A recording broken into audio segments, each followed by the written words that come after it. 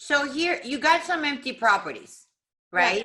And here is, I was thinking about that. You know, and remember I always say we have to think outside the box.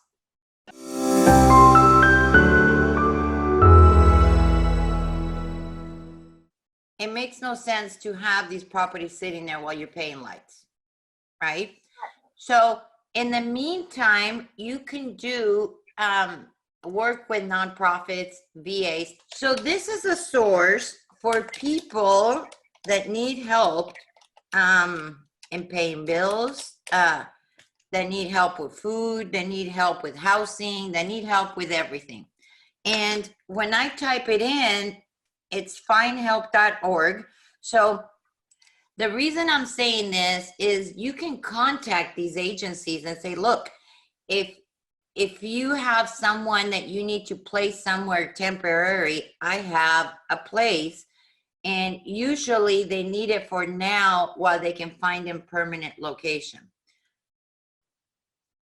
What I found here, which I was actually ecstatic, because you guys know I'm very patriotic, is there were so many veterans organizations. So we contact them all. I'm like, let's house them all. Why do you have empty places when there might be someone out there that can, and they'll pay you for it? And you can just tell them, look, I have these vacation homes. And now the only thing that I realized, like before Mute was doing, they would rent, I could put people in different rooms. Now they can't, because they don't know what the other person may or may not have. So now it's a whole, you know, they might be a whole family out there that they just need temporary housing so they can get them in a full, in their full property.